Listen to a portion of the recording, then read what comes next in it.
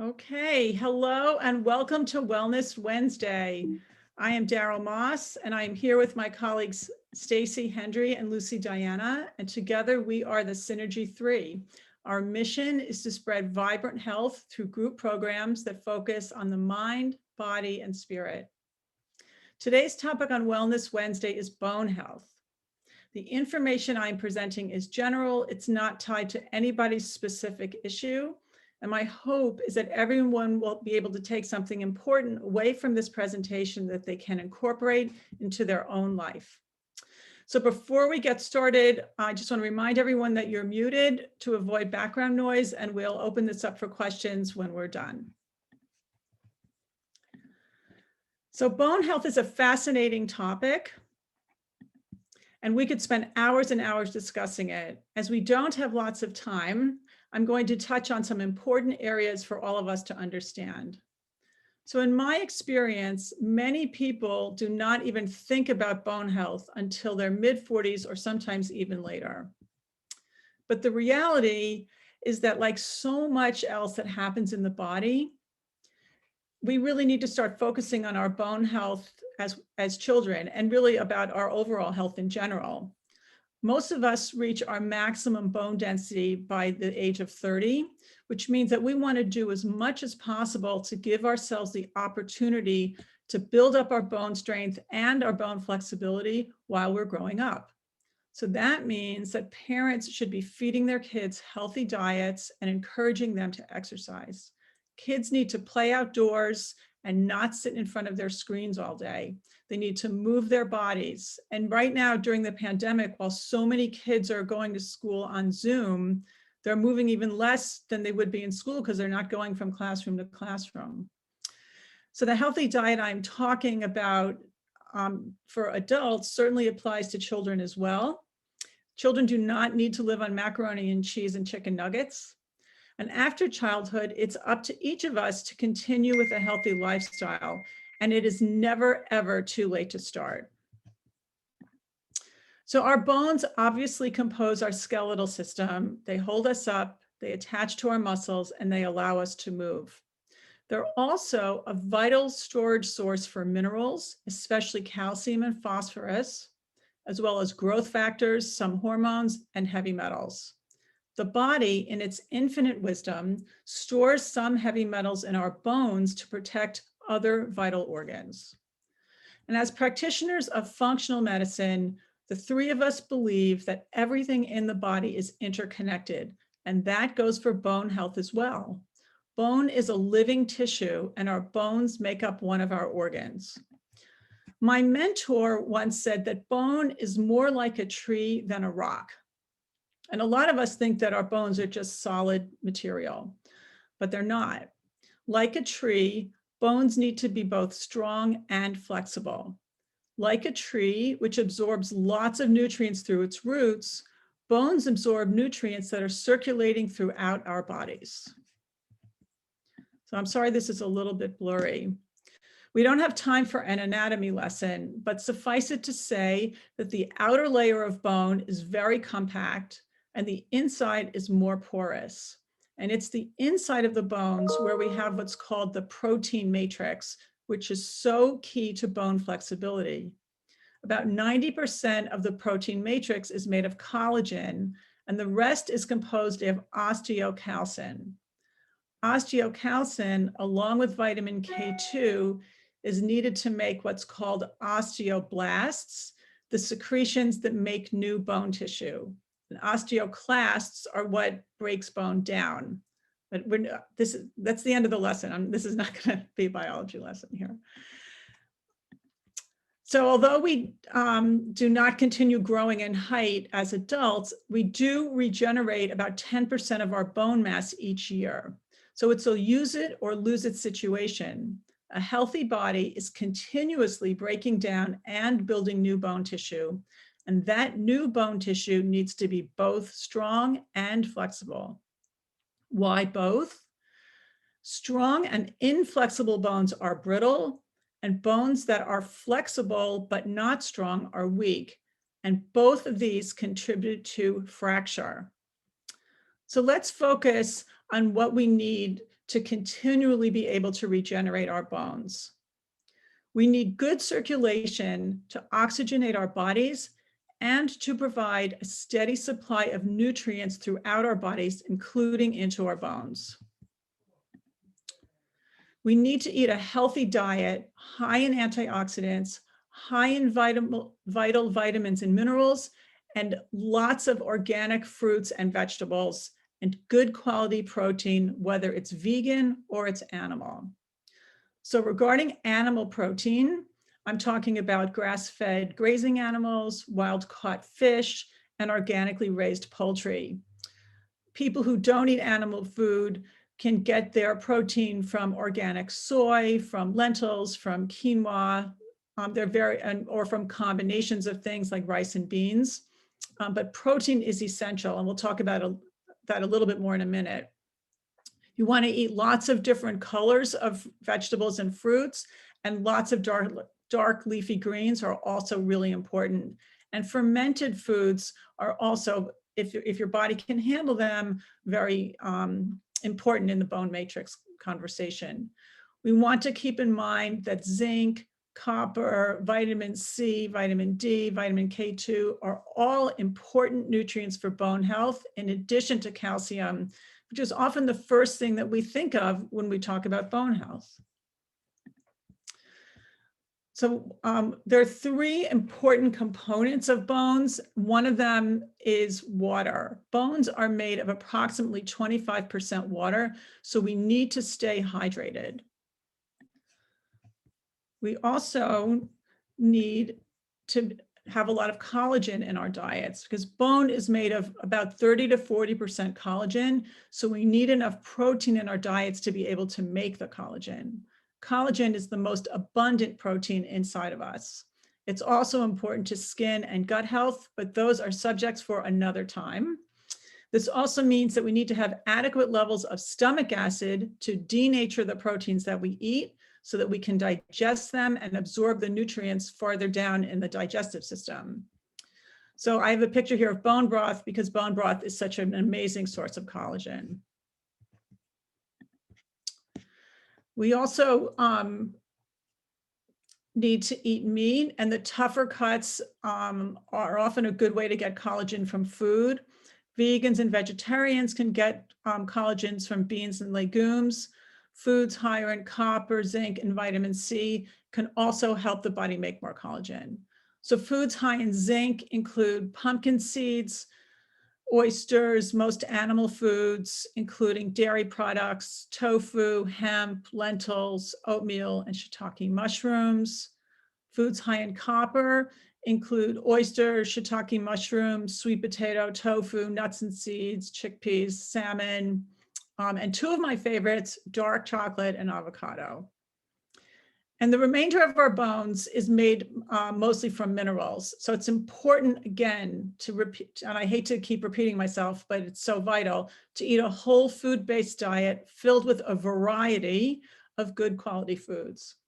So eating the same thing every day, no matter how healthy, only exposes us to a limited amount of nutrients. And that's what's present in those foods. So here we have salmon over some leafy greens, which is incredibly healthy. But if you're only eating that every night for dinner, you're missing a whole world of other important nutrients. So when I work with kids, I talk about eating the rainbow of colors every day. And if you've participated in any of our group programs, you know that we encourage eating 9 to 13 servings of vegetables and some fruit every day. We also need to do weight-bearing exercise for muscle strength, for joint strength, and that helps in turn for our bone strength and our bone density.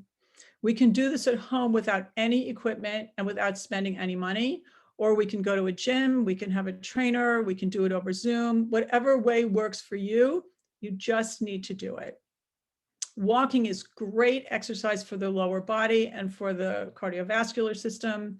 We can do all sorts of upper body exercises, including planks, push-ups, bicep and tricep curls, etc. There are wonderful yoga poses that strengthen the entire body, and yoga is also wonderful for balance and for mindfulness. So one of my favorite exercises for bone health, as well for other things in the body, like the lymphatic system, is jumping on my rebounder, which is a mini trampoline. And the best thing about jumping on a rebounder is that it's fun.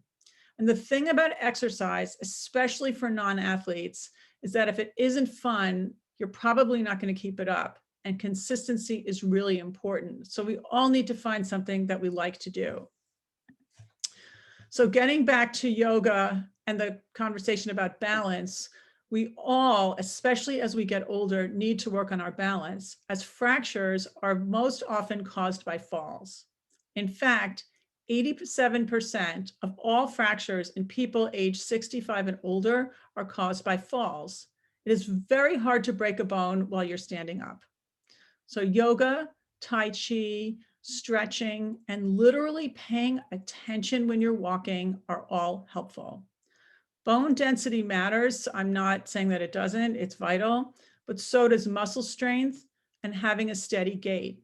And then, of course, vision comes into play as well. And certainly as we get older, vision can become more of an issue. And in the warm weather, we need to get outside in the sun to get some vitamin D, because the sun is the best source of vitamin D. I'll talk about vitamin D in a minute. And in one other example of balance, we need both estrogen and progesterone to make new bone. Another thing that we need to do is reduce inflammation, as chronic inflammation in our bodies can cause oxidative stress, which negatively impacts our bones as well as everything else in our bodies. And an anti-inflammatory diet can help, and we're talking about eating lots of vegetables and some fruit in that diet. We also need to manage stress, as chronic stress has negative downstream effects on everything in the body, including our bones. So managing stress, we're talking about mindfulness, deep breathing, meditation, exercise again, and so many other ways that we can use to quiet our brains and calm down. And it's also really important to understand that stress can come from both inside and outside our bodies. Chronic pain is very, very stressful. And of course, we need to get enough sleep. Sleep is vital to manage stress. It's when our bodies have the chance to heal and regenerate and flush toxins out of our brains. So what I found really, really interesting is that what's newer in the field of bone health research is what happens to our bone marrow. So our bone marrow is where we produce our red and white blood cells, platelets, and it's active in producing stem cells. I am really abbreviating a lot of this conversation, so a lot more is happening. This is just very simplistic. White blood cells fight infection, and red blood cells transport oxygen to our tissues. And for another example of interconnectedness, we need water, among other things, for the red blood cells to be able to do their job. Anyway, as we get older, the red marrow often gets replaced by yellow marrow. And yellow marrow is adipose tissue. And adipose means fat. And yellow marrow stores triglycerides and is the third largest fat depot in the body. And fatty bones are not as effective in bone health. And fatty bones can also impact the estrogen progesterone balance. And again, that's subject for another day. I just wanted to put it out there. And what's also important to understand is that this doesn't have to happen, and it's reversible. Losing fat can help the yellow marrow turn back to red. So there certainly are risk factors for osteoporosis. It doesn't have to happen. And doing the things we're talking about can certainly help prevent it, and in some cases, help to build up your bone density.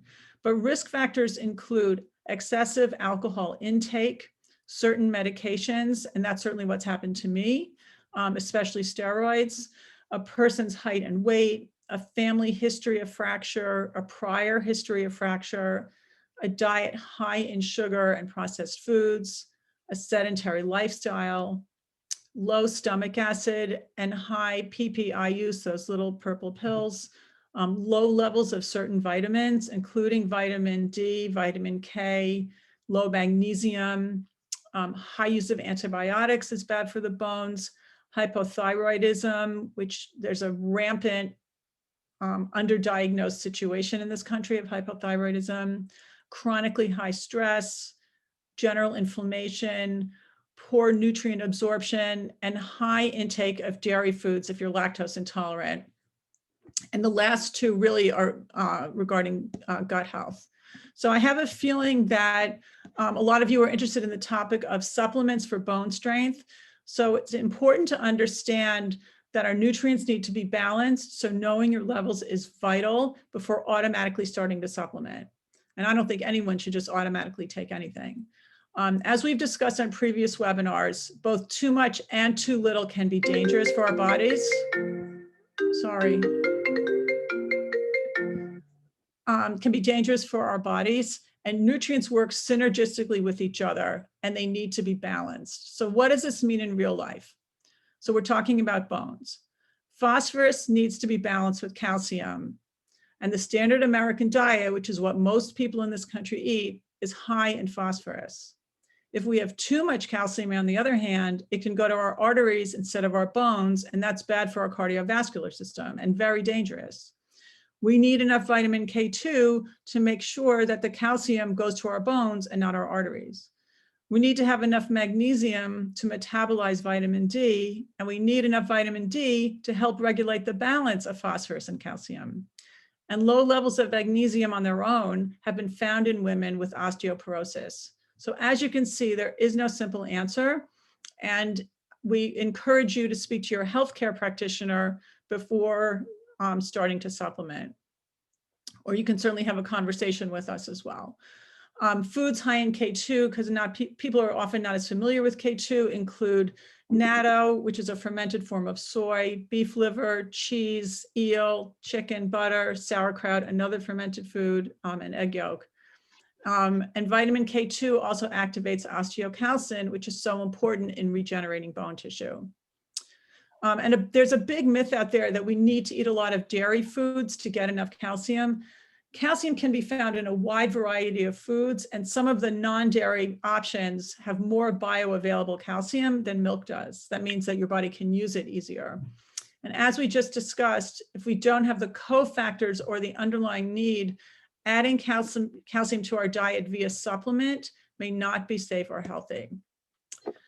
So our next, I'm going to open this up for questions in a second, but before I do, I just want to let everyone know that our next group program, the Synergy 3 Slim Possible Weight Loss Challenge, is starting on March 15th. This is a brand new program. We are so excited. It's 8 weeks focused on sustainable weight loss. No more yo-yo dieting. Drop those pounds while eating amazing food and keep them off.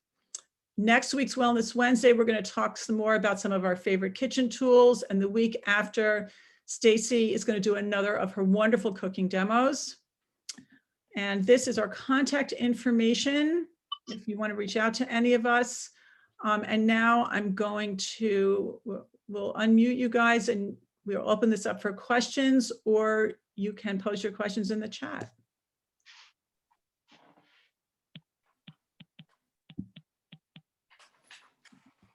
All right, so hold on, I can't see you guys.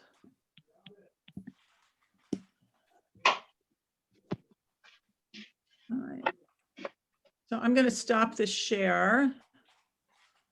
So if you want to register for any of the program, for our next program, it's www.thesynergy3.com. Okay, so let's see, it's in the chat room. Okay, so does anyone have any questions? You can unmute yourselves. Hey, Rose. I'm trying to figure this out. Hello, can you hear me? Can you hear me? Yes. Yes. Oh, thank you. I was wondering, what are your best sources of non-dairy calcium? What do you recommend food-wise? So that's a great question. So I love eating dark leafy greens, especially collard greens are really, really high in calcium. Broccoli, but all dark leafy greens have calcium in them. Sesame seeds are great. So making hummus or using tahini in some of your recipes are excellent.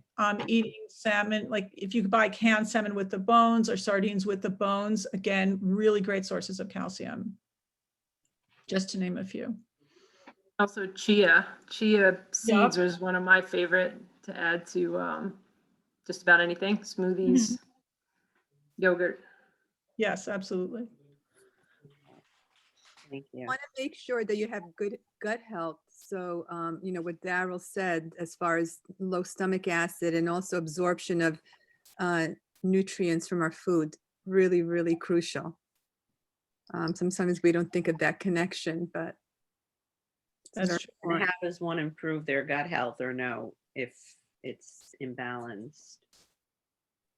Well, you'll know it's imbalanced without any testing by how you feel. So if you get bloated after meals, then your body, what we always say to people, at least what I always say to people I work with, is that our bodies talk to us all the time. They just don't speak English or whatever our language is.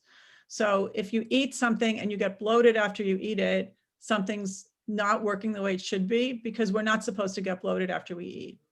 If you constantly have gas, if you get stomach aches, if you have skin issues, like your gut health impacts almost everything that happens inside your body. So if something's not right, that is involved with the nutrients you're getting from your food, which is probably almost everything, you might want to examine what's happening down there. I mean, if you're depressed or anxious, that can also be a hint that your gut health is off. So it could be absolutely any symptom.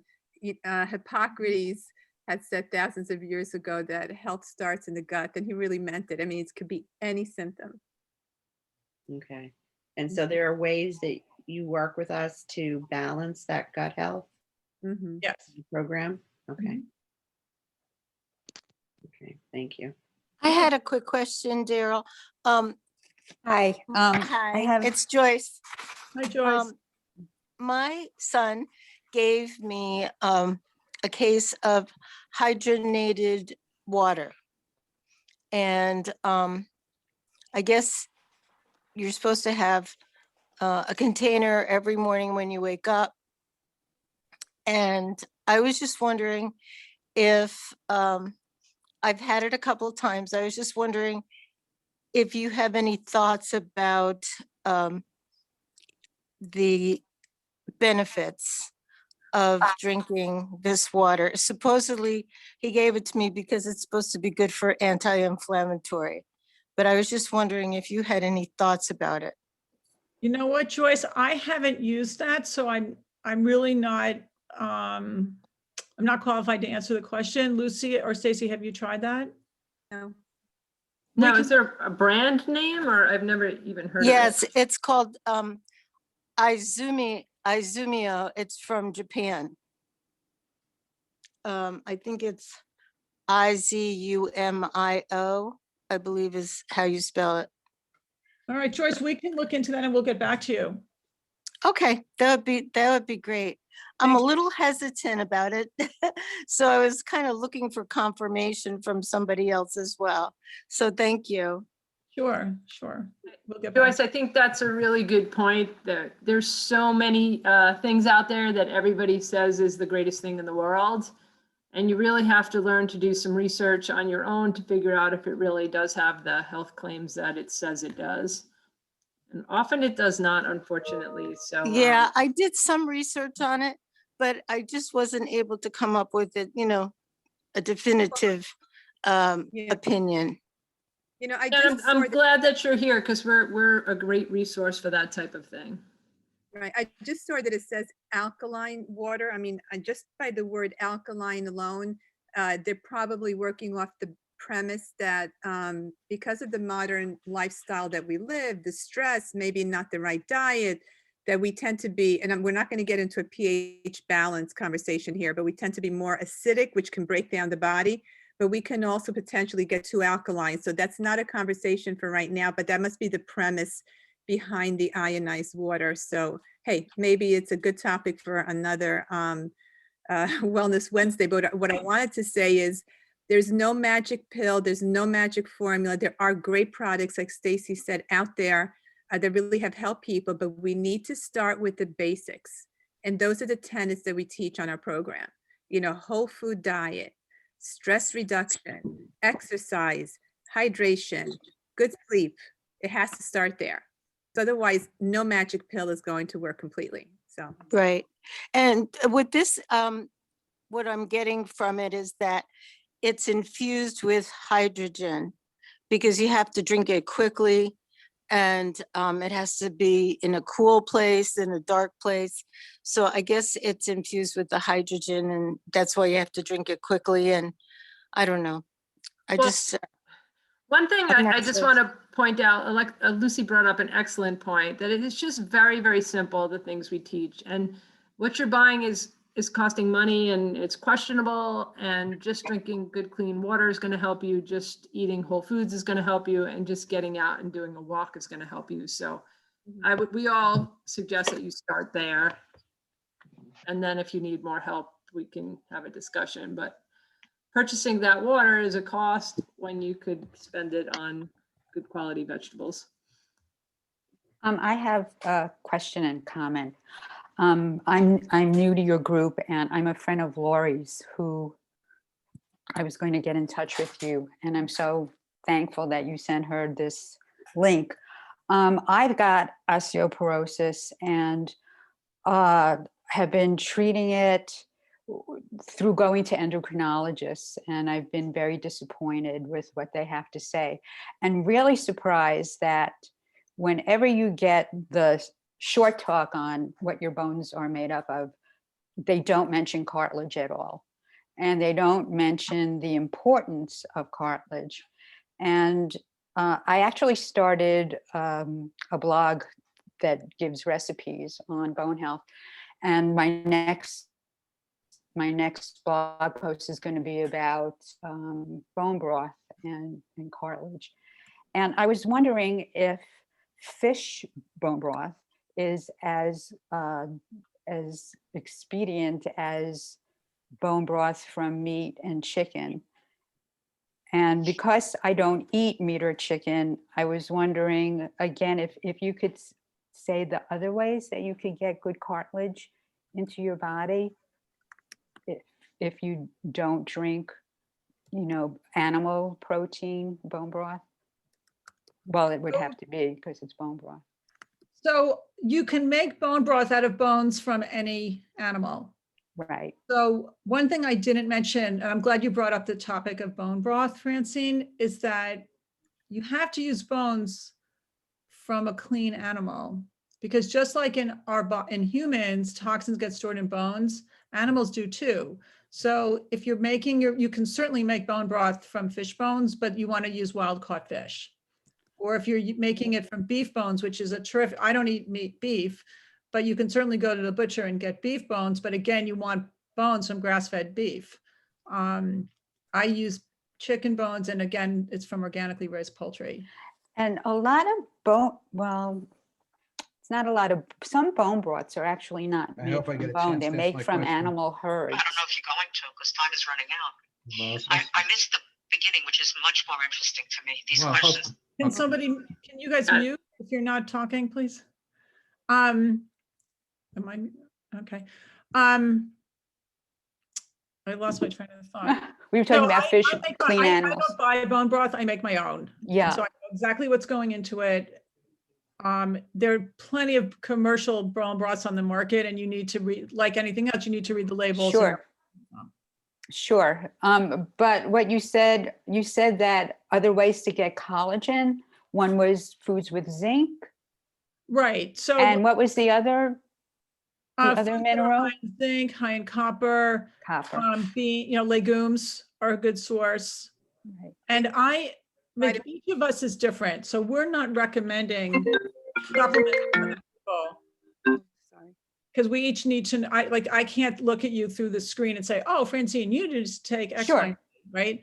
So, but Sure. I know me and I know how I eat. So I add a collagen supplement to my smoothie every day that's fish-based, it's marine-based. Mhm. It's not from beef, because I don't eat beef. There are a lot of them that are beef-based. So there's good stuff out there if you need it to help Right. supplement what your own body can do. And I drink a cup of bone broth every day. But I I don't heard eat- about that. Yeah. I'm not a vegetarian, but I eat a primarily plant-based diet. So I feel like I need to boost it up. And I have osteoporosis. So I know where I stand. Yeah. Yeah. Thank you. This has been great. Really. Oh, thank you for Mm. joining us. I'm glad to hear that. Yeah. So we're right at 12:31. So just to honor everyone's time, we're so glad that you came. Wait, Stacy, Daryl offers, wait, let me just finish. Daryl offers a complimentary discovery session where you can talk with her and just find out what she offers and see for you specifically how she could help. So I just encourage you all to set that up with her if you have more questions or for people who didn't get their question answered today. And hopefully you'll be back to join us next week. And go ahead, Lucy. no, I said, I heard that there was someone who was really anxious to ask a question. I just wanted to give, I think it was a male. Yes, that was me. There's two questions. You talked about complementary supplements. I want to know what the benefits of omega-3 gel caps are and what other supplements I should use in addition to those.